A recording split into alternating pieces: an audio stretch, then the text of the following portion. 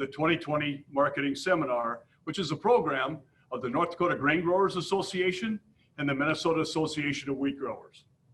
This program is possible through the support of our members. Please consider becoming a member of your state wheat organization. Membership details can be found on the websites ndgga.com and mnwheat.org. We'd also like to thank our sponsors for today's program, A Country Farm Credit Services and the Northern Crops Institute. Next on the schedule is Betsy Jensen. Betsy is the Farm Business Management Instructor at Northland College. She and her husband farm in the Stephen, Minnesota area. Please welcome Betsy.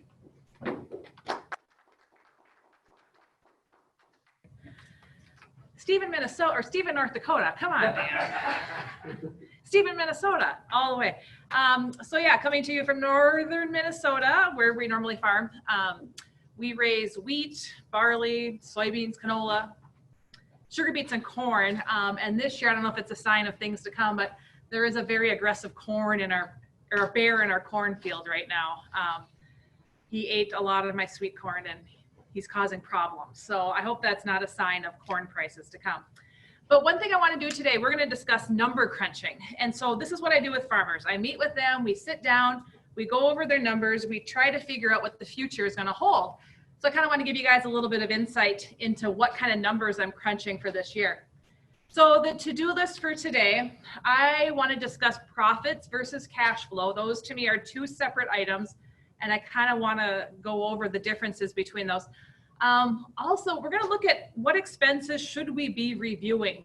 Where do farmers lie to me? Is that a good way of saying it? Not lie. Where do farmers not, where are they not aware of where they're spending their money? Maybe that's a better word to say. And then how to incorporate government payments. Howard just talked to us about all of these government payments and how do they fit into your farming operation and how are we supposed to plan for that? And then finally, I want to give you guys some resources. If you want to go out and dig into numbers, I'm a numbers geek. Those of you that have heard me before, I love numbers. I love cash flows. I love Excel. I love FinPack. This is where I was meant to be. I realize you may not be in that same situation, but I would like to point you in the right direction if you do. So first of all, I do want to go over cash flow versus profits, okay? And these are not the same thing. And so to me, profitability matters in the long run. Your farm has to be profitable in the long run. You can't survive. But in the short run, cash is king, okay? We need to be able to pay all your bills, make all your payments, and farm another year. And so you can kind of see this is maybe where government payments are going to come into play with that. But we got, even if we're not profitable this year, we got to find out if we can cash flow. And if you can cash flow, you can make it for one more year, hopefully where there's more profitability opportunities in the future. Okay, so this is kind of the table I made discussing cash flow versus profitability. What are those differences in those scenarios? So when we're looking at a guy's cash flow, we're talking about your total debt payment. It's not just your interest. We want to look at principal in that as well. And when you look over at profitability, we are only looking at interest, okay? Principal doesn't come into play when we're talking about profitability. Another thing with cash flow, we got to talk about family living. Some of you have, 3 kids in college and your family living is really high. You don't really have a choice at this time. On the flip side, I got the single guy who just wears the jackets that he gets free from the seed dealer and his family living is pretty low. And so the cash flow requirements are very different. Income taxes come into cash flow. When it comes to profitability, we don't always consider income taxes. That's kind of a cash flow issue. We can include off-farm income when it comes to the cash flow. If you have a secondary income, if you are, if you sell seed, maybe your spouse has a great job off-farm. We should have all, picked wealthy doctors or lawyers to marry, I guess, was what we should have done to make the farm work. But those are things that go into the cash flow. And we definitely include government payments in the cash flow as well. And I will say government payments that we know. There's a lot of government payments that are still unknown. CFAP 2 is supposed to be coming out yesterday, the day after. Every day we think CFAP 2 details are coming out. But there are some government payments that we can accurately predict. When we look at profitability, we want to look at management depreciation. So we take your machinery, we lob off 10% of your machinery a year, you know? So if you have $500,000 in machinery on your farm, we take off 50,000 and we call that an expense. That's a general rule for farm management. We can certainly make adjustments to that. We do not talk about tax depreciation. If we did tax depreciation, nobody in our analysis book would make any money. So we do talk about management depreciation. For profitability, we only look at the interest expense. We don't include the principal. And then finally, maybe we do include those government payments, especially this year. We knew that MFP2 was going to be coming in January. That was announced kind of at the end of January that they were going to be including that. We knew that payment was coming. We were pretty sure we were going to have a PLC payment when it comes to wheat, those of us in the Northern Plains with wheat base. And so some of those we can plug in and use those to do our profitability. But the big thing I do want to talk to you guys is cash flow. And what I want you guys to do is just stick with me here. I got a few weird slides and I want you to stick with me, okay? And you can say that I'm crazy and that's okay. But I want to try to get you to think outside the box a little bit. So this is a scenario, I'm sure all of you have done this, you know, buy land versus rent land. What are we supposed to do? So this scenario I plugged in, you can buy the land for $3,000 or rent it for $125,000. What's your best option? And so I kind of go over the payments. You know, if you don't put anything down, 20 years, a 5% rate, $242 an acre is what your payment is. Let's say you put 20% down, which is the norm. It's $190, almost $194. What about 4% interest? $177 is your payment. And none of those examples include your property taxes. Plus, your principal is all after-tax money. So you got to pay taxes on that percentage, or on your principal as well. And the Fed did announce today, the Fed met, and we are going to have low interest rates through 2023. They've announced that today. They had announced 2022 before. Today they came out and said, you know what, let's just plan on low interest rates through 2023. And so we are going to have cheap money for a while. Maybe you can even do better than 4%. So you do have an advantage right now if you're buying land, but you have to look at it from a cash flow perspective. Buying land versus renting. Renting gets you a long ways. You can do a lot more acres for the cash than you can with buying. And that is, I know every farmer wants to own every acre that they farm, but that is difficult to cash flow. And so this is maybe the slide that I hope you guys remember. And I think this guy is smart, okay? This is the cash flow story. I'll let you guess for a minute where this ad was. This ad has been, something similar to this is in this newspaper frequently. We've had an Idaho farm, I know I've seen advertised, Washington, Florida. This is all in the Wall Street Journal. I love the Wall Street Journal classified ads. Okay, that's, and I think this guy's a genius. Okay, he wants to have cash. All right, and I do not blame him a bit. Cash is king. Now, I completely understand trying to convince a farmer to sell their land is I might as well just go beat my head up against a wall. Okay, I realize that is a tough sell to make. But what I want to get at is operating asset light isn't a bad thing at all. Okay, this guy wants to operate asset light. He's got too much money tied up. Well, okay, I don't know who this is, honestly. But I'm assuming he's got too much assets tied up and he needs more cash. Maybe he wants to put tile on his existing acres. Maybe he wants to expand in off-farm properties. Whatever it is, this guy wants to get rid of some land. And I think it's a great move. Once upon a time, I went to one of our national conferences, and one of the speakers talked about how farmers should sell land and invest in off-farm businesses. So there's a couple hundred of us in the room. So the speaker ends, we all clap and we leave. And walking out the door, I thought everybody in that room was going to kill him. What an idiot. What kind of farmer wants to sell land? But keep in mind, most of the people I work with are 50-year-old wannabe farm kids, you know. They would never sell land, heavens no. And I was thinking, well, this guy's actually pretty smart. You know, I think that's a good idea. So this is something interesting to think about, okay? Asset light is the way to go. How often do we use a combine? And I brought that up one time with a farmer. he was upset because the Dairy Queen is only open for whatever, 5 months out of the year. Can you imagine having that business and it only opens 5 months out of the year? And I said, well, how often do you use your combine? Do you think your combine's worth more than that Dairy Queen franchise? And he kind of just put his head down and, you know, okay, maybe. So we do use that. We're very heavy when it comes to assets. So when it comes to cash flow solutions, I do want to talk to you guys. Cash flow is tight. That is not uncommon to have a very tight cash flow. There's a good percentage of my farmers that are very tight. And so refinancing should obviously be top on the list. Can you restructure your debt? Can you, put some land together and term it out for longer? And I would say, don't be afraid to sell assets. And that may include land. I know that's a tough sell, but I just want to plant the seed in your head for maybe in the future. And it is common, you guys, it is so common to be profitable and not be able to cash flow. This happens. I don't know if I want to say 50% of the cash flows that I work with, we show them making profits, but then they can't make their payments. They just don't have enough. They're not generating enough cash to be able to make their payments. Maybe they have too much land debt, had too many kids, taking too much out for family living, whatever it happens to be. And that can be fixed. If your farm is profitable, we can try to work on the cash flow and get it to work. But I will say restructuring can be emotionally hard. It's hard to know what to restructure. You don't want to take out debt on that land that's already been paid off.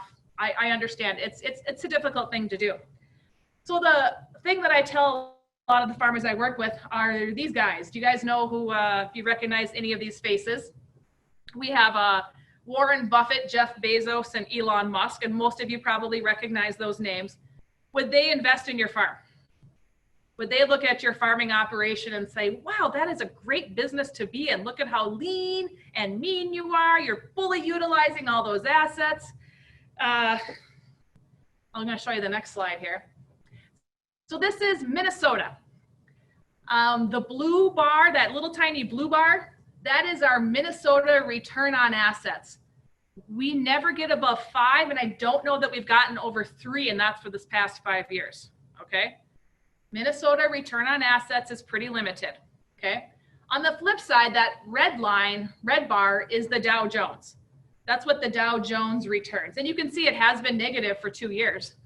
We've had down years, but overall, the Dow Jones has pretty good returns. And so I do want you guys to kind of take a business look at your farm. And we all know that no one got into farming to get rich quick. Okay, we hope that there's an appreciation of assets. We hope that we get a good return on assets. But it is something, if you can go asset light, you're going to free up a lot of cash, and it's going to help you out in your cash flow. Okay, so the next thing we got to tackle is, what if you're not profitable? Okay, what if the farm isn't making money? And so the first question to ask, is this a 1-year situation, or is it every year?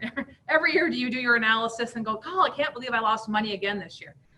So one of the things to look at, have you looked at right sizing your farm? And there's a lot of people in no man's land. Like, they should maybe drop a couple quarters because they're not getting enough done. You know, they're too slow with planting, or else they need to increase and better utilize their assets.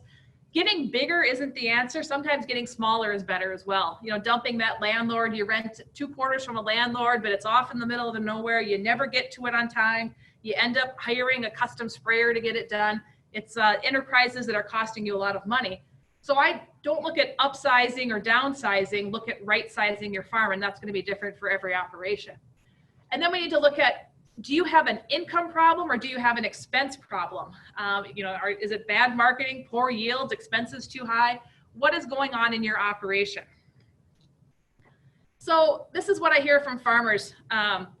First, like, when it comes to repairs, how are you over on your repairs, is I'll ask. Well, I had to buy tires. Well, maybe those tires need to be put on as a capital purchase instead. You know, in some cases you want to move those. And then well, I had this major unexpected repair. You know, the truck blew up during beet harvest and it all just went to heck. That happens every year, guys, okay? I can show you what you've spent for the past 5 years on repairs. Don't try to tell me that $10,000 repair put you over the edge, because that's something that's happened every year. And so I just want to make sure that we are consistent and realistic when we're developing these cash flows and looking at your profitability. Sometimes input inventory gets to be complicated. Geez, you on a per acre basis, you spent a lot on seed. Oh, you know what? I still have 3,000 bushels of soybean seed left. I forgot about that. Well, let's move that onto the balance sheet. Or maybe they have excess chemical that they couldn't return. And then the worst one I hear is, well, I couldn't sell grain at those prices. Geez, I couldn't sell. And so if you look at wheat, for example, operating interest in 2019, when we looked at our wheat farms, some of our farms spent 30 cents an acre on operating interest, and some spent $18.65. Okay. That's a big gap in profitability right there. And part of it might be, the guy that spent 30 cents maybe only had to borrow money for the last 2 weeks of December. Okay. Good for him. The guy that's maybe spent $18.65, maybe they still have 18 wheat in the bin. I'm not sure what's going on. But operating interest, even though interest rates are cheap, that starts to add up after a while. And then you're not only looking at operating interest, but we also throw into things there like late fees. If you don't get your stuff paid on time, you throw in those late fees, and those can add up pretty fast. So the problem with when I talk about profitability is the biggest fixes, they're not easy to do. Okay, this is not something that you can just instantly fix overnight. And so the numbers I'm giving you on here are all spring wheat numbers, Minnesota spring wheat numbers, just to keep it simple. And so when you look at overhead expenses last year, the range was $113 to $13. Now the $13, probably a young kid, dad's paying most of everything. We can maybe throw him out, okay? And the 113, maybe that's dad. I mean, I don't know what's going on there. But even if you throw out the highs and the lows and you start to shrink that in, we have a huge range of overhead expenses on operations. Looking at overhead farm insurance from $14 down to 97 cents. So that's going to be your vehicle insurance, your liability, your fire, wind on your property, huge ranges of overhead farm insurance. Sometimes, a producer might have a life insurance policy on dad, to help cover for the off-farm errors, and that can be expensive, but you need to look at what your overhead farm insurance is covering. Labor expenses, some guys don't have anything, others are spending $36, and on a per acre expense for wheat, that is a lot of money to spend on labor for wheat. We'd like to see that maybe in the low teens if possible. Machinery depreciation, it's fun to have new paint, but it's not fun to have to pay for it. So anywhere from $48.59 down to $363. And then finally, total machinery expense. That's something we're tracking. That includes repairs, fuel and oil, custom hire, interest on your intermediate debt, machinery depreciation. There's a huge range in that as well. How much is your machinery costing you? Machinery can really break a farm. And that's when we kind of talked about right-sizing your operation. That might be something that you want to do. If we're looking at the income side of the equation, in 2019, our wheat prices on the average ranged from $376 to $580. So $580 doesn't mean that that's the highest price they got. Maybe that's what their farm averaged for wheat prices for the year. And that $376, I would say falling numbers in 2019 definitely caused a problem with that. We had a lot of guys at $250. They had a couple of quarters of wheat that they ended up selling for $2.50 a bushel. And then maybe the rest of it they were able to sell for $5.50. And then we're looking at protein discounts versus high yield. Sometimes those protein discounts come into play as well. In the corn for 2019 in Minnesota, it was $325 to $391 was the range. And then soybeans were $8 to $923. That does exclude seed production. So if you're growing seed for a company and you're getting an extra $1 a bushel, that has its own category. These were soybeans that actually went to the market. And so especially in soybeans, you're looking at easy math, that's $1.23. You start taking that times hopefully 40 bushels, that money starts to add up pretty quickly. So the bad news is that there are no easy fixes to make your farm profitable. I do get a little frustrated. Everyone wants to blame land rent, but it's easy to calculate. We know what land rent is, and we know that Bob, 4 townships over just paid $25 more than I'm paying, and I don't know how Bob can do that. And land rent isn't always the problem. Okay, it could be a problem, but it's not always the problem. And we do have a huge range of expenses, yields and prices. We see it all in farm management. I've seen every operation. And it's good to take a look at it and see where you are overspending. And honestly, sometimes you need to spend a little bit more. Maybe you're not spending enough on fertilizer to get those yields as well. Cutting expenses isn't always the answer, but that is, most of the time it is. So this is a screenshot of an Excel spreadsheet. And what I did is I plugged in, this was prices as of Monday. So soybean prices have since gone up. But we're looking at returns on wheat, corn, and soybeans. Now, one of the things, I did not put any MFP, CFAP, ARC. None of these include that. Okay, it just seems easier than trying to calculate that at this point. We have a very large graphic in farm management where we are supposed to put things. Like, it's the kind of thing I'm going to print off and laminate, because it's going to be chaos this year trying to figure out where to classify all of these government payments. And so we're looking, wheat, 491, 929 for soybeans, and 315 for corn is what we had. And if you look down here, these are, oops, sorry, I thought I was in an Excel spreadsheet. You can look at the seed, fertilizer, chemicals. I did lower fuel a little bit. Fuel costs were down from a year ago. But you're looking at total expenses.